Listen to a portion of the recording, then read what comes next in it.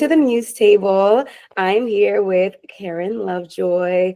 Karren does a lot of different things on social media. I feel like you have your Instagram, you have your TikTok, you have your Substack, you have your YouTube, you have your podcast, you have kind of everything. So, walk us through a little bit about your content and what that represents for you.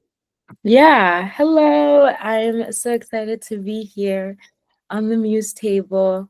Um, yeah, I do a lot. I probably do more than I should be doing, but I love it all. I started YouTube when I was like 17, and that was my anchor throughout college. I just had that to always lean on. It was an outlet for me, and since then it's grown into me being able to express myself in all different ways. So I started a podcast shortly, like a couple years into YouTube, and then my Substack very recently, like a little bit of a year and a half ago. Mhm. And I think I just have a lot of thoughts, and I think that I am meant to share them. I don't know why. But yeah, I think like we are all so much more alike than we are different, and I think socials and content is a way for me to make people feel less alone and like Mhm. show how similar we all are, and how similar our experiences, our emotions, the things that happen to us, the things that happen for us. And Mhm. yeah, so that's why I do it all. I love that. And obviously, a lot of your platforms have been growing a lot. How does that impact the way you view yourself, your Mm, relationship with other people, especially like us being from Massachusetts? yeah. Like, it can be a small community, especially in the Ghanaian community. So, how does your growing platform, the things that you talk about, how does that impact you and the community around you? Yeah, I love that question. I think for a long time, well, I grew up in Ghana, and Mhm. then I moved to Massachusetts when I was like 12. Mhm. And for a long time, YouTube was a way for me to learn how to like assimilate into American culture. So I would watch all these beauty gurus on YouTube and study what they're wearing, studying how they're designing their locker, even though you go to school, no one's designing their Right, lockers. I know.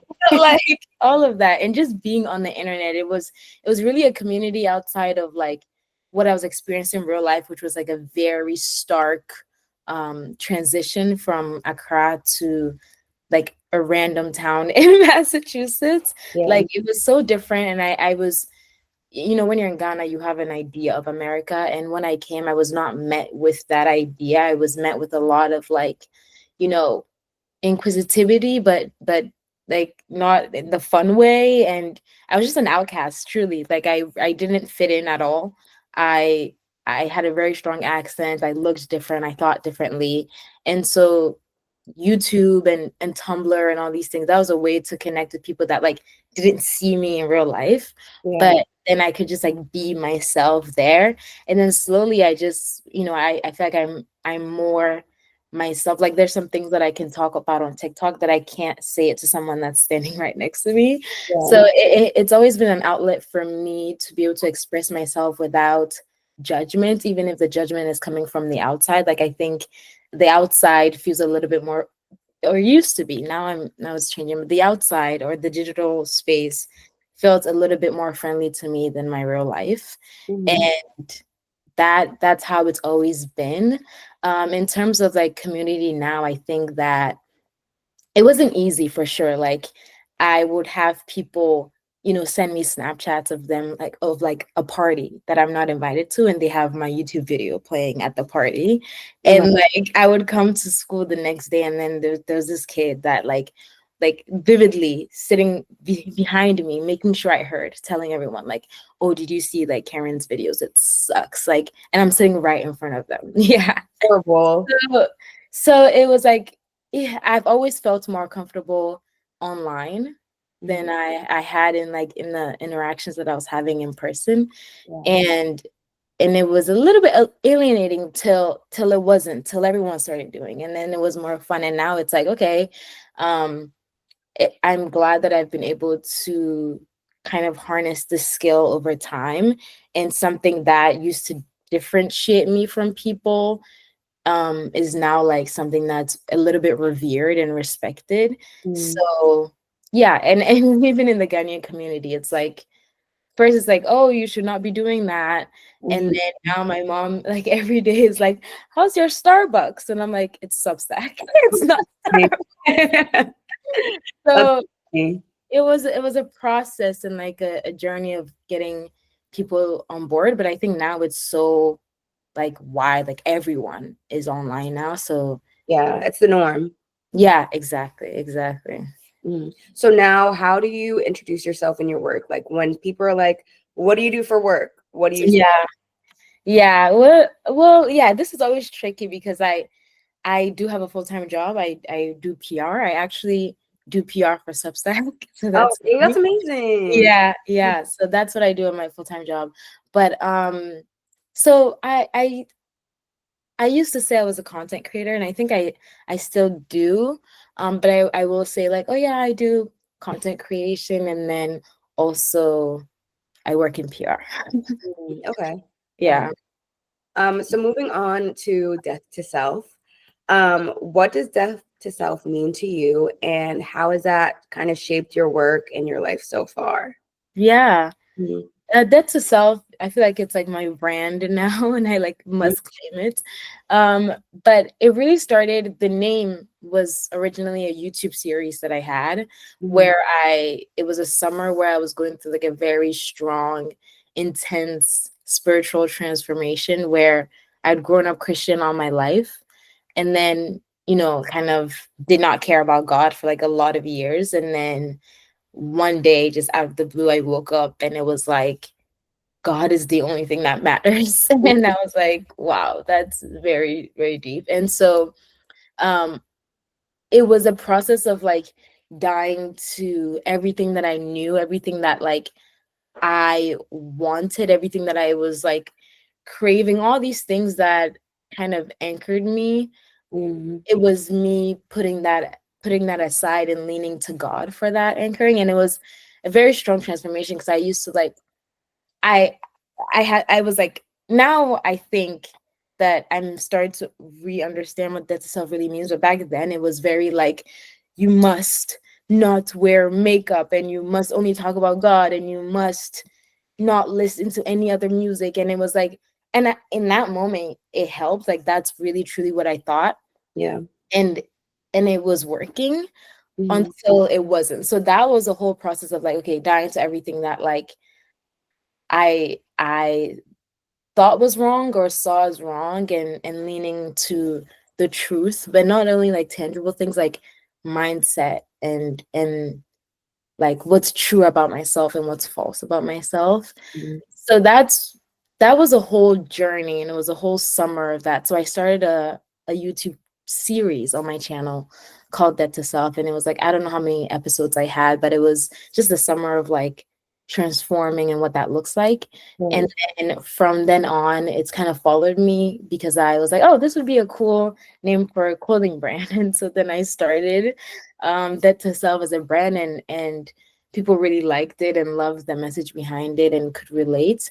And so it's just been there. It's been with me ever since, but the meaning of it changes. And even now, I'm starting to re-understand what it means. And it's not just about like all these rules and regulations that men have made up of like what a Christian should look like, but like actually just surrendering to God and allowing him to take over, but in a way that's true to you and not like mimicking what Mhm. Christianity looks like, Yeah.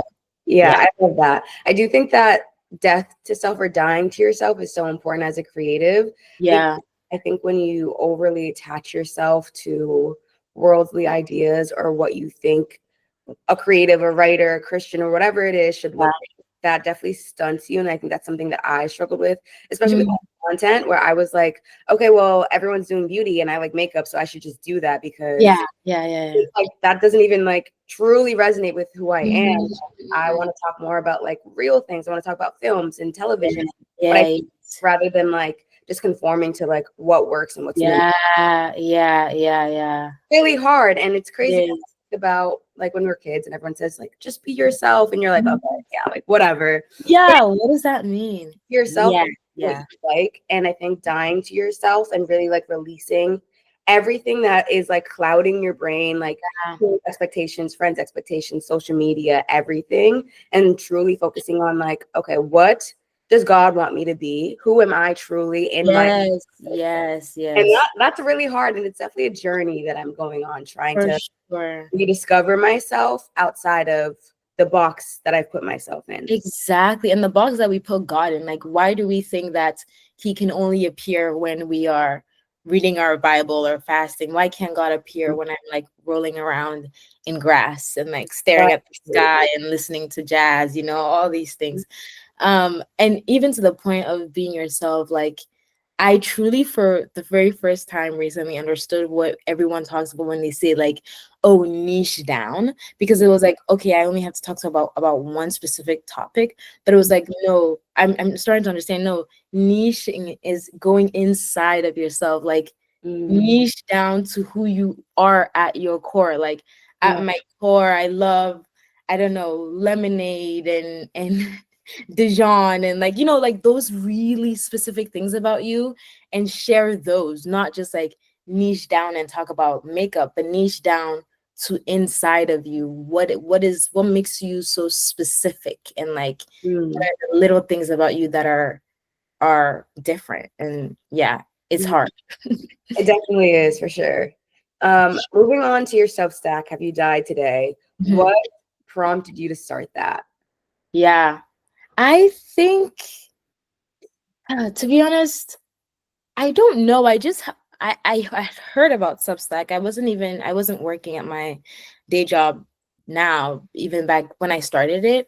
But I Mhm, had heard about Substack, and I think my husband's father had a Substack as well. So I was reading Substacks, and I love journaling. And yeah, I'm always looking for places to put my thoughts. It's either like whether it's a video or anything. I was like, okay, I the concept of having a blog, I used to have a Tumblr and I didn't ever publish any of my own thoughts, but the concept of just like having something written, because I love writing personally, mhm, and it just occurred to me one day. I think maybe I was like maybe going through a period in time where the brand, I wasn't working on Debt to Self as a brand as much anymore, because I had, yeah, I don't know why, I don't know, but yeah, I wasn't working on anything, and it felt like I needed another creative outlet.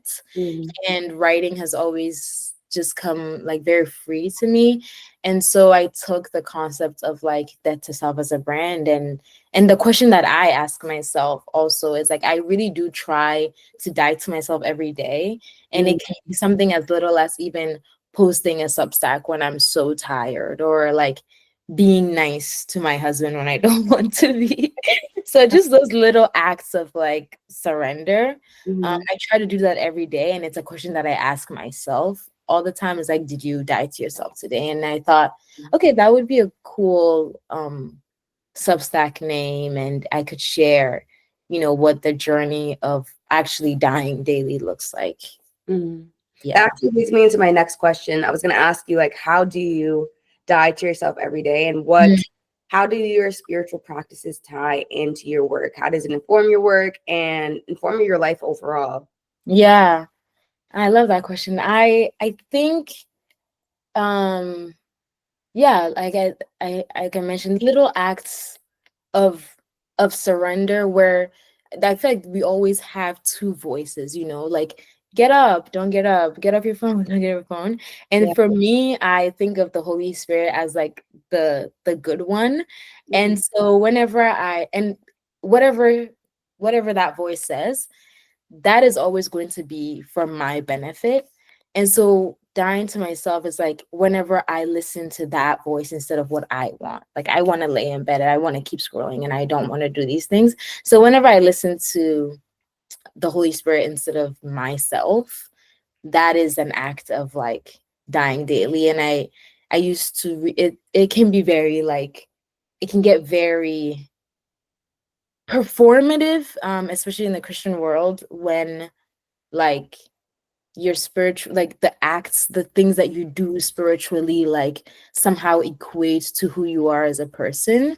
Mhm. And it took a long time for me to be like, oh, like actually just like living my life and doing what I love and doing like, yeah, doing what God has put on my heart Mhm. is more is more of an act of surrender than thinking that I need to act or do certain things to look or please what, like, yeah, people expect of me. So yeah, moments like that, even if it's just like writing when I don't want to, or calling my mom or something like that. Yeah.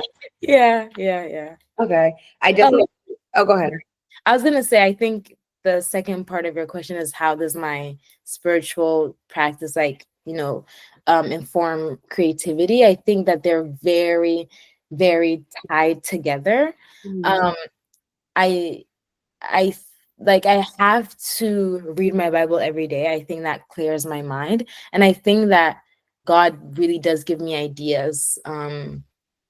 He really does, like, and very specific, detailed instructions as well. So I think I need to be able to hear him, to be able to hear like those ideas and those instructions. Yeah, I definitely agree with that. I think one of the bravest things you can do is to pursue your passions and to Mm, pursue what's on your heart. And it can be really hard because you think about like judgment, what people are going to think, what people are going to say, are people going to like it? Like the fear of failure can be so restricting. And I think that's kind of why I started this, because I was like, this has just been on my brain for so mm, I don't mhm. out. One, someone else is gonna God's gonna give this idea to somebody Oh else. yeah, yeah, So I need to get on it, and it's just gonna yeah. keep haunting me. And I don't want to be in my 40s, 50s being like, I wish I had blah blah blah. Like Mhm, it's scary. It's terrifying to put yourself out there and to put your mhm. work out there and allow yourself to be criticized and to Yeah, have people have opinions on the work that you're creating. But I think it's the most powerful thing that you can do, and I think it aligns you closer to your purpose and who you're meant to be when you 100. actually follow what's in your heart, you know? Yeah, 100%, because it's there for a reason. Like Mhm. it's there for a reason. So if you ignore it, it's just gonna eat at you. And I think a lot more people, like when we're thinking about pursuing our passions, we get so fearful of like, okay, what are people gonna say? Are people gonna like it? Even just bringing yourself to do it, is you have to get over that hump. Yeah. But a lot more people are not doing the things that they want to do. So many people are not doing the things I want to do. And I speak to some friends that I just have, like, we have the same conversations, and I like want to shake them and be like, you can, you know what I mean? Like, you can actually do it. It doesn't just have to be a Yeah. feeling in your heart. Like, you can do it. And I think a lot of people don't think that they can. So yeah, like that whole idea of thinking about something and bringing it into the physical realm, from Mhm. spiritual to physical, that's also a whole like spiritual process in itself. Yeah. Yeah, that kind of leads me into my next question about your creative process. Yeah. What does that look like for you when you're writing, recording? What does that look like? Yeah, I mainly go where like the flow is, as much as I want structure, and I think that maybe my life would be better with some structure. I think if I have an idea and I just try to get it out immediately, it's not, it's easier said than done. I have a book full of ideas that I have not done. Yeah. But like, um, s- specifically, every morning I wake up and I maybe think of like 3 or 2 TikToks that I want to film, and then I try and edit it, get that out. I try and dedicate a lot of times like scrolling on Pinterest, at Mhm. least like, once a week, every night, just to like get ideas. Yeah. I love listening to like either worship or lo-fi or just playlists. I have my friend Alice, she makes good playlists. I like listening to music, Mhm. and just sitting down and writing. That's usually how I do my Substacks. Like, I'll have an idea Mhm. and I'll write it down, and the next day I'll sit down and like play some music in the background and write it all out. But it's a very vibe thing for me. Like Yeah. if I have if I have like a Substack that I'm like, oh, I was gonna write this Substack today, and then I sit down to write, but there's something that I actually want to talk about more, or Mhm. something that happened that morning that I want to talk about, then I'll rather do that than like follow, you know, a structure. So yeah, it's a lot about like intuition and what gets me most excited and what I'm feeling like immediately.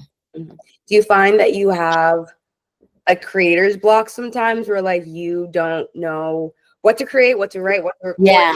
Thing? How do you Oh handle? yeah. Like weekly.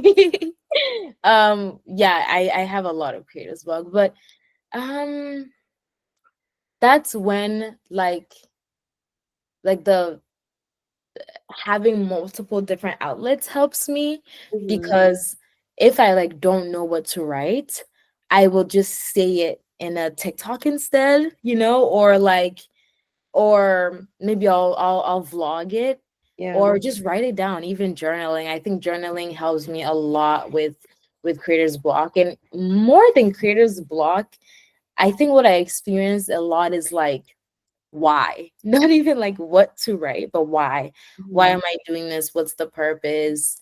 Like, sometimes everything just feels so purposeless and Yeah. like hopeless. Like, okay, what is the point of all this? And like, it's is it always going to be so hard and challenging to balance everything? I feel a lot of resistance when it comes to that, because I think I have a lot of ideas, like, Mhm. and so I don't have a hard time coming up with ideas, but I have a hard time getting over the feeling of like insignificant that I feel like, okay, why do I write? Like, who cares about this stuff, and who is it? What is it for? And like, Mhm. those kind of questions. So that's what stops me most. Mhm. I definitely can relate to that feeling. Like sometimes like I'll be writing something and I'm literally in my head like, shut up, nobody. Yes, yeah, It's actually yeah, insane, but I think yeah. it's important to push past that. Feel easier said than done. Where Mhm, it's like even if it's one person that resonates and reads that or watches it and is like, oh my gosh, this is life changing. That mhm. is enough, because changing Yeah. one person's mind or making someone relate to you in some way is important. Yeah. But it's really hard when you're like, this is the most unimportant thing on the planet. Yes. There's Yeah. so many other bigger issues to Yeah. think Yeah. about. But I mean, I think about the fact that like we watch TV shows, we watch movies, like Mhm. we could say that those things are like not important or like Yeah. in the grand scheme of things, but like we love those things. Like there's a reason why we have like the Oscars and the Grammys Mhm. awards for these things that seem like innocuous and unimportant, like because they matter, like they make us feel things. And I feel like the human experience is about like feeling things and like, I don't know, enjoying life in a certain way. Yeah. I think Yeah. whether it's just like a TikTok where like someone is watching you talk about your experiences and they can relate, or a Substack Mhm. where you're Mhm. talking about your relationship with God, whatever it is, like it matters. You know what I mean? Yeah. Yeah. Yeah. 100, I 100%. I think that, yeah, like even one person, like that's a whole human, Right. and even if it's just comedic relief, like, Yeah. okay, that's funny, that's lighthearted, and All yeah, that matters. yeah, exactly. Mhm. I was going to ask, how do you balance working your day job and then Mhm. managing your content creation? Because I'm honestly kind of asking for myself. Yeah, yeah, yeah. Like as I'm doing this, I find myself extremely overwhelmed with like how much I need to get done, and then also maintaining time for myself as well, and for Mhm. my friends and my family, and like all of that mixed in. So how do you handle that? Oh, yeah. I feel you. It is a lot. I was actually right before this call, was on another call with a friend, just chatting, Mhm. and I was like, she's like, okay, tell me everything that's on your plate, and I like said everything, and she's like, wow, that is a lot. Like, I don't even know how to advise you, and Mhm. because I was asking her like, what do you think has to give? Because sometimes I'm sitting back, I'm like, something has to give, and Yeah. it's gonna be me one day if one of these things don't go. Mhm. Um, I'm blessed because my job is fully remote Mhm. and it's a 32-hour work week. Oh, that's good. So yeah, it's like I have, some pockets like Mondays we start at 12 p.m. and then Fridays we get off at 3. So before that I'll try and like those pockets I will try and like dedicate some time to writing or filming or editing. I think understanding like what needs to be done this day is important, like what needs to be done today, because sometimes like okay I have to do everything today, but Yeah. maybe Mondays is for focusing on Substack, maybe Tuesdays is for editing, maybe Mhm. so I try and like compartmentalize and be like, okay, tomorrow I'm only working on YouTube. Tomorrow and this day I'm not gonna try and do everything in one day. And then Yeah. also being okay with like something not getting done. Like if I make to-do lists every morning, that really helps me. So Google Calendar and to-do lists every morning. And I have like 5 different to-do lists. There's one in Notion, there's one on my notes app, there's one on like the sticky app on the laptop. Yeah. But yeah, like, because I even do like the graphics for my church in New York City. And I'm like, okay, Wow. this is a lot. Yeah. Yeah. So just being okay with something not getting done and knowing that like Mhm. no one is holding a gun to your head saying to do all of these things. Like Right. slow and steady wins the race. So just being able to do just one thing to get closer, even if it's even a conversation with a friend to brainstorm, Yeah. that's going to get you closer than like forcing yourself to sit down and write. Mhm. So yeah, doing things a day and being okay with stuff Mhm. getting pushed back. Yeah, it's definitely hard when you're like a perfectionist type A person. Yeah. It can definitely cause a lot of, I don't know, just anxiety. Yes, yes. Yeah. I guess, Yeah, you feel like you have to do everything, and yeah, it's exhausting. It's it exhausting. is a lot. It is a lot. Going back to your content, what has surprised you the most about what's resonated with your audience? And like, have you gotten any criticism? Do you ever feel Mm, misunderstood by your audience? mm, um, hmm. I never feel misunderstood by my audience. I've never gotten that question before. That's Mhm. cool. No, I don't think that I've ever. Mm, I think whenever I'm not being true to myself, Mhm. um, it can come across like it can come across Yeah. as like you can definitely tell. So I think the only time that I felt misunderstood was when I wasn't being myself. I was putting on a front.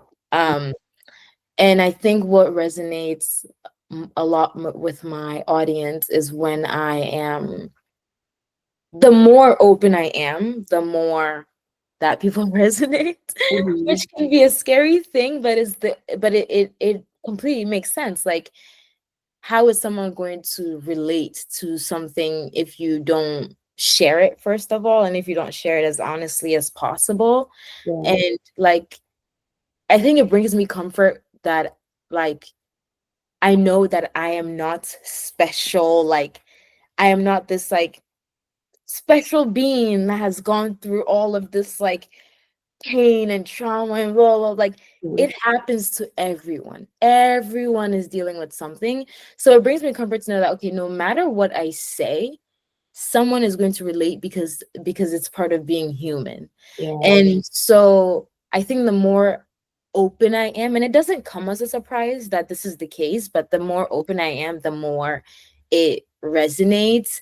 Mhm. And I think the only time I feel away, I mean, I think once in a while, maybe, or a few times I've gotten like the question, oh, don't you think like you're sharing too much, or like oh my gosh I wouldn't share that, like don't you think you say too much? And I think no, I think that like I think none of nothing that is my like nothing about me is really like mine. to keep. I Mhm. think it's mine to give. Mhm. And so yeah, I know maybe there's like some harm in that ideology that like every part of myself I want to share. Mhm. But I don't know, it's just the way that I think. Yeah, I yeah. was gonna ask, how do you draw that line of what is private and what Mhm. is like how do you discern that? I think um if it has to if it involves someone else, I Mhm. don't share it. Like if it has to do with like my husband or my family, my friends, like I only share stories that are uniquely mine and mine alone. And so I try and draw the boundary between like sharing other people's like experiences. I Mhm. think even when it comes to like creating as like a someone that's known for their faith, like I don't really share my like personal time with God. Like I'm not gonna like post me praying or like worshiping or something like that. I think those moments I keep sacred. Um but revelations that come out of that, like stories that come out of that, epiphanies that come out of that, I meant to share. And sometimes I know I like this is to be shared and this is not to be shared. Like I just have like a voice basically saying like, okay, share this, don't share this. And Yeah. sometimes there are things that I'm like, share this, like I'm hearing share, and I'm like, I don't really want to do that. But like Mhm. it doesn't go away till you do, and then you do, and it's like people are like, oh my gosh, I needed that. I'm like, okay, I guess that was why. Mhm. That Yeah. kind of leads me to my next question about like how do you navigate being like a voice or representation of faith in Mhm. for Gen Z? Like I feel like especially Black and African, Mm, like how do you navigate being like that? Because I feel like we don't have a lot of representations of people that are in the faith or that are Christian, mhm, especially those that are Black in Gen Z, like with a mm, like we do see a lot of like mm. hyper religious, like the traditional Christian Yeah, yeah, yeah. leaders, but I feel like you have more of like a Gen Z modern take on faith. So how do you navigate that? Mm. Um, I think it took me a long time, like you're saying, there's a lot of that like traditional hyper, and it's like if you're posting about God, you're only posting about God. Hmm. It like it took me a long time, honestly, up until earlier this year to Hmm. realize that like God made me unique. He made me interested in I don't know, Clarice Lispector and like Hmm. interested in all these different things for a reason. And like I'm not meant to look like anyone. I think for a long time, um, I had a very like I think I was like very critical and hyper aware of like, oh my gosh, like people are looking to me for like faith things, and I felt like I needed to know everything and be perfect all the time. And it was daunting. Like I wasn't able to freely live and create. And like the traditional influencers that you mentioned, I felt like I had to be like them. Hmm. And and yeah, I spent a lot of time being like, oh, I have to be like this person, compare myself. Oh my gosh, they just like are posting about like this fast and they only post about God and they like don't show their belly button. And it's like it was like this whole like very rigid thing that I was putting myself in. God was not asking that of me. I thought that the world was asking it of me, and so I needed to give it to the world. But like I am only like I my relationship with God is personal, and so like what it looks like for me is also going to be personalized to me, and I Hmm. don't need to look like this person or that person, because like if everybody looks like this person, then like who's standing in for the girls that are like you, the girls that like what you like, the girls that are into the things that you are into, like yeah. So it it honestly did not start until this earlier this year maybe, and I think it can even be reflected in my content now. Like I see that I feel much more free because I'm like, oh, I'm not perfect, and this like facade that I felt like I needed to put on of perfection, Mhm. like was only putting me in a box. Like the more open I am about how not perfect I am, the freer that I will be. Yeah. So yeah.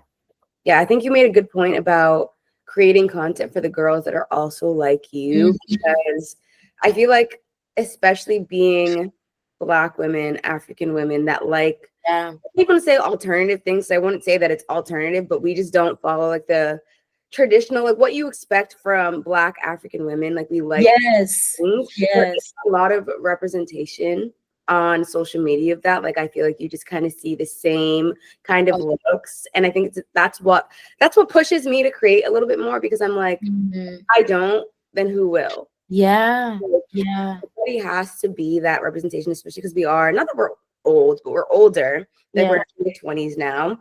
Like thinking about like how that would have felt for me if I had someone like you Mm, 15 or 16. mm, Okay, like I'm not alone. Like you were saying, like having that outcast feeling and feeling yeah. like you can't relate to anyone and nobody understands you. Like being able to go on social media and be like, wow, there's somebody that like likes the things that I like, dresses Yeah. Yeah. Yeah. Yeah. like, and is not following like this like box of what a Black woman should be, or an African woman, Yes. Christian woman, or whatever it is. Like that is so important. 100%. And like even seeing that, okay, it's okay to be different. Like it's Mhm. okay to not fitting, it's okay to not dress the same or, like the same things. Like even allowing myself and a big I'm gonna shout out my mother-in-law, like a big, and she's white, so take that with a grain of salt. But Mhm. like like I think she's taught me a lot about like, oh, it's okay to like anything that I say or do, it's like accepted. And like I didn't ever like experience that. It was always like, why? But why do you do it that way? And you should be doing it another way. But like I think she kind of showed me a world where, oh, I can actually just like be, and it's okay. Like I can be interested in something and it's okay. It's such Right. a very like, you know, but I didn't grow up like that. I grew up like you're not the same. Why? And Mhm. you and like yeah, why aren't you the same as everyone else? Yeah, Yeah. I completely resonate with that. Like, I love our African moms, but they definitely can. I think they have ideas of us, or they want us to be maybe what they could not be. Yeah. And they push these ideas on us. Yeah. Yeah. And it can cause a lot of difficulty in your relationship with your mom, but also, like, Yeah. I don't know, it makes you for a long time like want to like water yourself down. Yes. Yeah. Because you want to make them happy, you want to please them. Exactly. Then it's, Exactly. you don't mean to, but you're pushing me away from my purpose and who I'm, Yeah. because you want me to look like X girl Yeah. at church, and you want me to be Yes. girl at Yeah. church. For Yeah. Yeah. Yeah. 3 years, like X girl, and it's like I'm not Mhm, that person. mhm. And I know they don't mean harm, but it does cause harm. Yeah. And Yeah. yeah, that's something that I'm trying to navigate around. I think my mom is learning to work around that, especially like with Mhm. I have younger sisters, and Mhm. they're more like, no, I'm gonna be who I want to be, versus I feel like me being the oldest, I was Yeah. still appease her and be who she wants to be. And Yeah. like finally being like, okay, no, I have to do what I want to do. I'm 25 now. Like I can't keep trying to, Exactly. versus my sisters are 16 and 18, and they're just like, I don't care what you Oh want. yeah, they're growing up in a whole different world. It's crazy to see, and it inspires me to be like, I can't keep trying to be what you want Yeah. me to be, because Yeah. it makes me miserable, and then I Yeah. like feel like an imposter, and I don't feel like I can Exactly. actually pursue my passions. And at the end of the day, like, you're gonna disappoint your parents, like that's Yeah. just comes with it. Yeah. But definitely be a struggle for sure. Yeah. Yeah. Yeah. Struggle in like career and in thoughts and how you spend your time and all these things that like Hmm. that you feel like it's very well molded and crafted, and once you don't fit into that, it's so interesting how you can not fit in with like a whole entire race, but then even within your culture you cannot fit in, like, it's like, okay, what? But yeah, I'm also learning that, like, I can just be me and that's fine. Yeah. Moving on next to kind of your next steps and like where you see your content going. Where do you feel like God is leading you next? How do you feel your content evolving or you Mhm. taking things? I know you mentioned like the podcast coming back. So let me know what's next for you. Yeah, I'm really excited about the other half of this year because I'll be back in the States. I think um this new unlock of like, oh, actually just being myself is better for me Mhm, and better for creativity. I think I'm excited to explore what that looks like more, especially when it comes to fashion. I'm excited to, yeah, continue to dive into that world a little bit more, fine tune my personal style, um, my videos. I vlogging. I'm still mhm, it's still a little bit of a tricky one for me, but the Substack is really one of my main priorities. mhm, I'm very soon introducing, actually starting June, introducing like a new like monthly segment with my friend Alice that I mentioned. She like is going to be creating monthly playlists for Have You Died Today? So mhm. that's gonna be fun. And then introducing an advice column, which would be fun. So just building out the scope of what the Substack looks like, and changing it from more of like a I'm just writing like devotionals to a hub of where like Christian, or not Christian, but like, well, creative people who are involved with God in their work, Mhm. where they can meet and discover and play and with like sound and yeah, I'm not I'm trying to shift it from just me to a web of cool Christian creatives who to share their work and like do I'm gonna be doing like a weekly series, interview series, and then yeah, the podcast coming back. I'm really excited for that. Also, my brand Debt to Self. I haven't worked on that for like a year. And it was very like streetwear, very no, that was a sign of the times, 2021, Yeah. like church hats and tote bags. But Mhm, that's not me anymore. So for the past couple of months, I've been really thinking about how can I make that brand a little bit more who I am now. And so I'm working on like some journals and like to-do list pads that I like gonna mhm. design.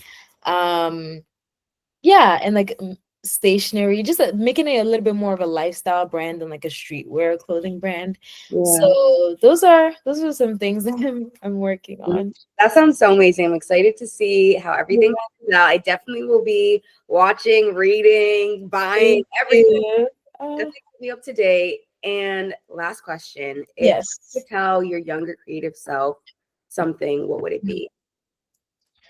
I would say that you are enough just the way you are.